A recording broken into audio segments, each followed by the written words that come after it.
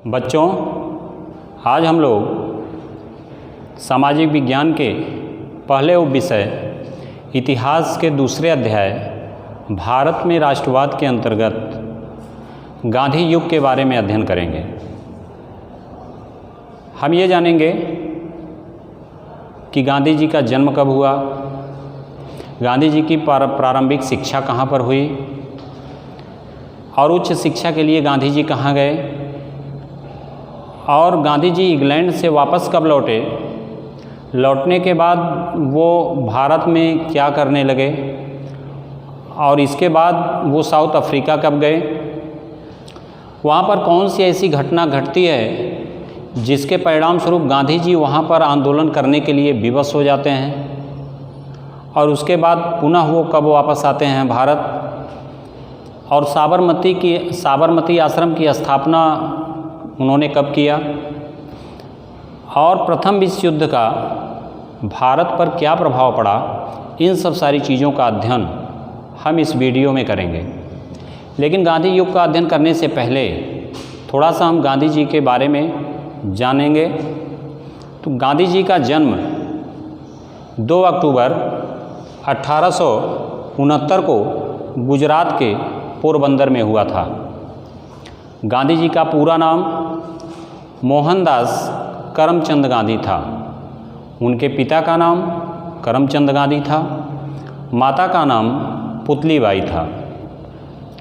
महात्मा गांधी जी की आरंभिक शिक्षा भारत में हुई और वे उच्च शिक्षा के लिए इंग्लैंड गए। तो हम कह सकते हैं कि गांधी जी गरीब नहीं थे। अगर गरीब होते तो वो उच्च शिक्षा के लिए इंग्लैंड नहीं जाते। तो गांधी जी उच्च शिक्षा के लिए इंग्लैंड गए और वो उच्च शिक्षा प्राप्त करने के बाद 1891 ईस्वी में वो भारत लौटे और मुंबई में बैरिस्ट्री करने लगे। यानी कि 1891 में वह भारत लौटते हैं और भारत लौटने के बाद बम्बई में वो अपनी वकालत वकालत करना प्रारंभ कर देते हैं। और कुछ समय के बाद यानी कि 2 सालों के बाद वह 1893 ईस्वी में दक्षिण अफ्रीका जाते हैं। तो जब वो दक्षिण अफ्रीका जाते हैं तो वहाँ वो देखते हैं कि वहाँ काले और गोरों के बीच में ज़बरदस्त भेदभाव था, और अंग्रेज वो गोरे ये मानते थे कि जो ये काले लोग हैं वह गोरों की सेवा करने के लिए ही पैदा हुए हैं। कहने का मतलब काले लोगों को वो हेय दृष्टि से देखते थे, घृणा की दृष्टि से देखते थे। तो गांधी जी को ये बात नागवार गुजरी और वो आंदोलन करना प्रारंभ कर दिए। और जब गांधी जी ने दक्षिण अफ्रीका में आंदोलन करना उन्होंने प्रारंभ कर दिया तो वहाँ की सरकार को बहुत बुरा लगा, नागवार गुजरा। तो वहाँ की सरकार ने क्या किया कि गांधी जी को जेल में डाल दिया, गांधी जी को जेल में बंद कर दिया। तो गांधी जी ने हार नहीं माना, बल्कि वो जेल में रहकर ही आंदोलन को वो जारी रखे, अपना आंदोलन वो उन्होंने जारी रखा। तो मजबूर होकर के दक्षिण अफ्रीका की सरकार ने गांधी जी को रिहा कर दिया। एक कहावत गांधी जी के बारे में सुना जाता है कि जब वो एक बार साउथ अफ्रीका में एसी कोच में सफ़र कर रहे थे ट्रेन में, तो वहाँ के जो गोरे लोग थे वो गांधी जी को काले काले कह करके उनको दुत्कारा और उठा करके गाड़ी से उनको फेंक दिया। तो ये बात भी गांधी जी को काफ़ी हर्ट किया, जिसके परिणाम स्वरूप उन्होंने साउथ अफ्रीका में आंदोलन आरंभ कर दिया और वहाँ पर जो ये काले गोरों का भेदभाव था उसको उन्होंने वहाँ पे समाप्त कर दिया। और समाप्त करने के बाद वे क्या किए कि पुनः वो भारत लौट आए।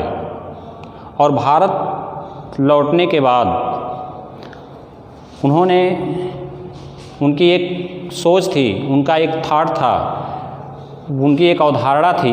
उनकी अवधारणा क्या थी कि सत्याग्रह की अवधारणा। सत्याग्रह की अवधारणा का मतलब सत्य और अहिंसा। गांधी जी का ये उद्देश्य था या गांधी जी की ये सोच थी कि अगर व्यक्ति का सोच अच्छा है और उसका उद्देश्य सच्चा है तो शारीरिक मतलब बल से कोई मतलब नहीं था, यानी कि हम शक्तिशाली हों शारीरिक रूप से, ऐसा कुछ नहीं है, लेकिन आप आंतरिक रूप से आपको मजबूत होना चाहिए। और यदि आपका विचार, आपका उद्देश्य सच्चा है तो आप कोई मायने नहीं रखता है कि आप कितने बलवान हैं, आपका उद्देश्य सही होना चाहिए और आंतरिक शक्ति आपके पास होना चाहिए। तो इस तरह से सत्य और अहिंसा पर आधारित जो था वो गांधी जी की अवधारणा थी।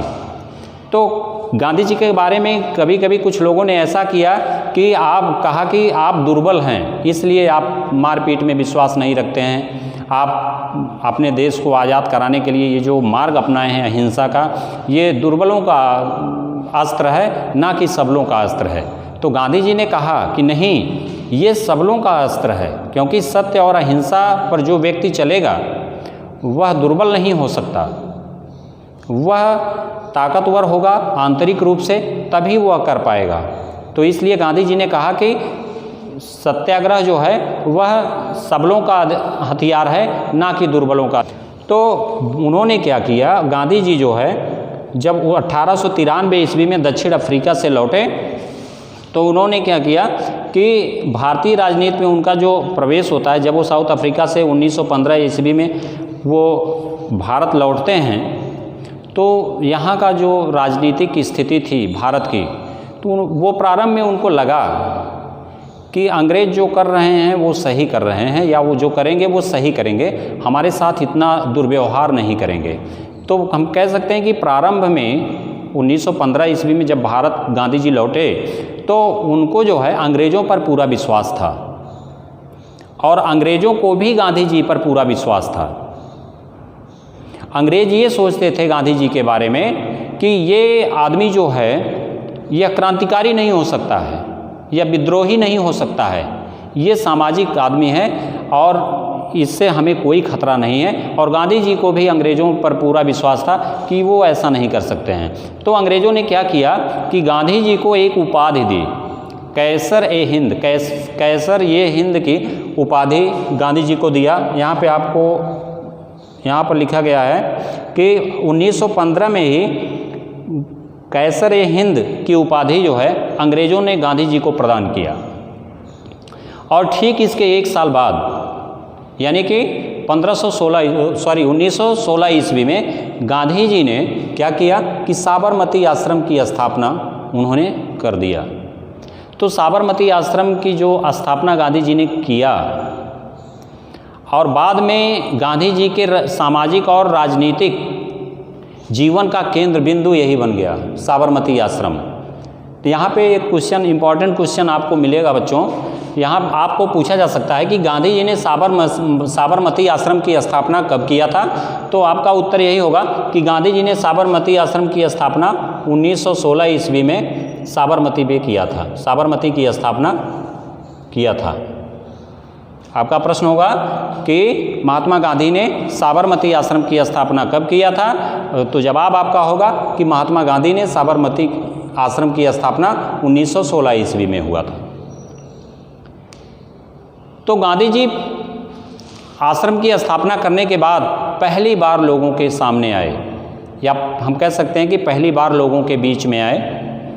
अब आप ये कहेंगे कि तो इससे पहले गांधी जी छुपे हुए थे क्या? नहीं, गांधी जी छुपे हुए नहीं थे, बल्कि वो घूम घूम करके समाज सेवा करते थे। जहाँ कहीं भी किसी को आवश्यकता पड़ती थी उस आवश्यकता की पूर्ति के लिए गांधी जी हर संभव प्रयत्न किया करते थे, लेकिन राजनीतिक रूप से वो सम्मिलित नहीं हुए थे, सक्रिय नहीं हुए थे। लेकिन पहली बार BHU में एक बहुत बड़ा आयोजन किया गया था। BHU जो कि बनारस हिंदू विश्वविद्यालय के नाम से भी जाना जाता है, उसका पूरा नाम यही है कि बनारस हिंदू विश्वविद्यालय, ये बनारस में ही पड़ता है। तो वहाँ पे एक संगोष्ठी का आयोजन किया गया था जहाँ पे बहुत सारे विचारक अपने विचारों को रख रहे थे। तो पहली बार गांधी जी को बड़े लोगों के बीच में बोलने का अवसर मिला। कहाँ पे? BHU में बोलने का अवसर मिला। तो उन्होंने अपने भाषण में उन्होंने कहा, महात्मा गांधी जी ने कहा कि जब तक अमीर नहीं चाहेंगे तब तक गरीबों का उद्धार नहीं होगा। गांधी जी मतलब ये सोचते थे, या उनका ये कहना था उस भाषण के माध्यम से, कि भारत में गरीबी तभी मिट सकती है या गरीबों का उद्धार तभी हो सकता है जब अमीर उसका साथ देंगे या उसको सहायता प्रदान करेंगे।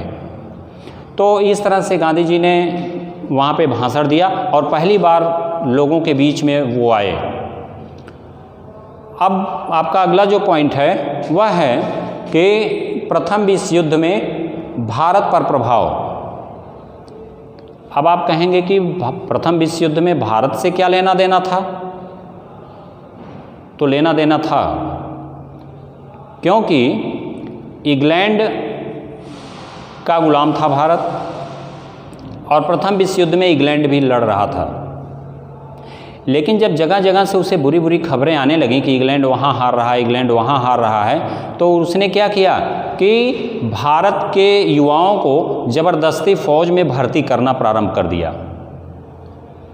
उनको ज़बरदस्ती लड़ने के लिए भेज दिया।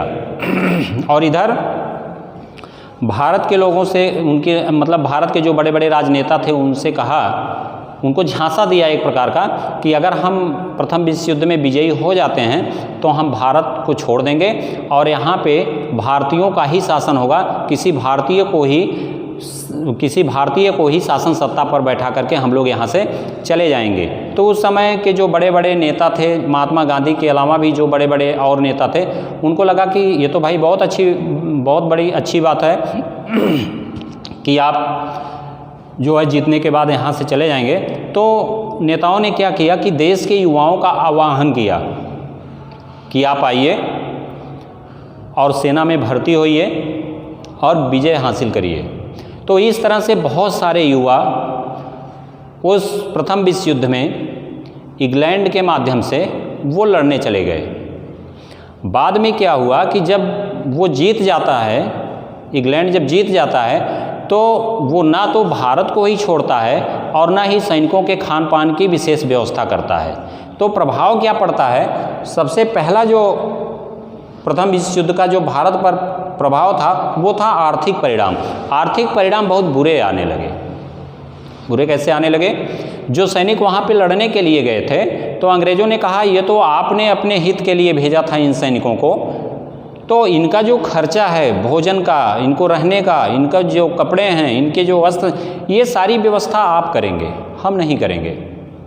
तो भारतीय नेताओं ने कहा कि ठीक है, आप जनता पर कर लगा दीजिए, अतिरिक्त लगान लगा दीजिए। तो इस तरह से जो भारत की गरीब जनता एक तो पहले से ही थी, दूसरे और ज़्यादा गरीब हो गई कर और लगान देने के कारण। तो पूरे भारत में आर्थिक संकट का सामना करना पड़ा, पूरे भारत के लोगों को आर्थिक संकट का सामना करना पड़ा।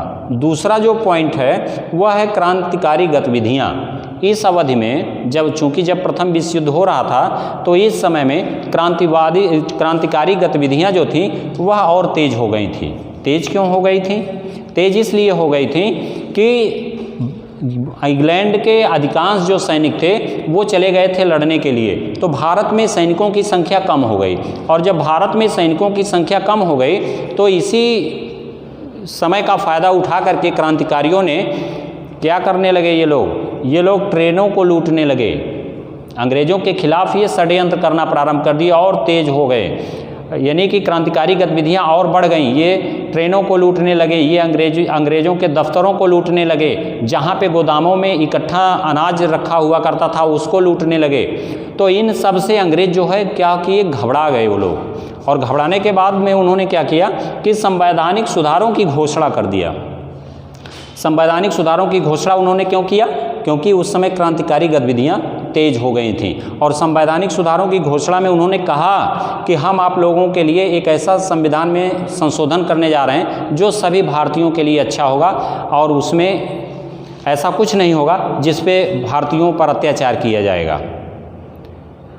तो इस तरह से वह जो है संविधान में संशोधन करने पर मजबूर हुए, और तब जा कर के स्थिति कंट्रोल में आई। बच्चों, आज के इस वीडियो में इतना ही। वीडियो के अगले भाग में हम पुनः भारत में राष्ट्रवाद के अंतर्गत जो आंदोलन हुए हैं महात्मा गांधी जी के बारे में, या जो भी क्रांतिकारी और आंदोलन हुए हैं इन सब के बारे में अध्ययन करेंगे।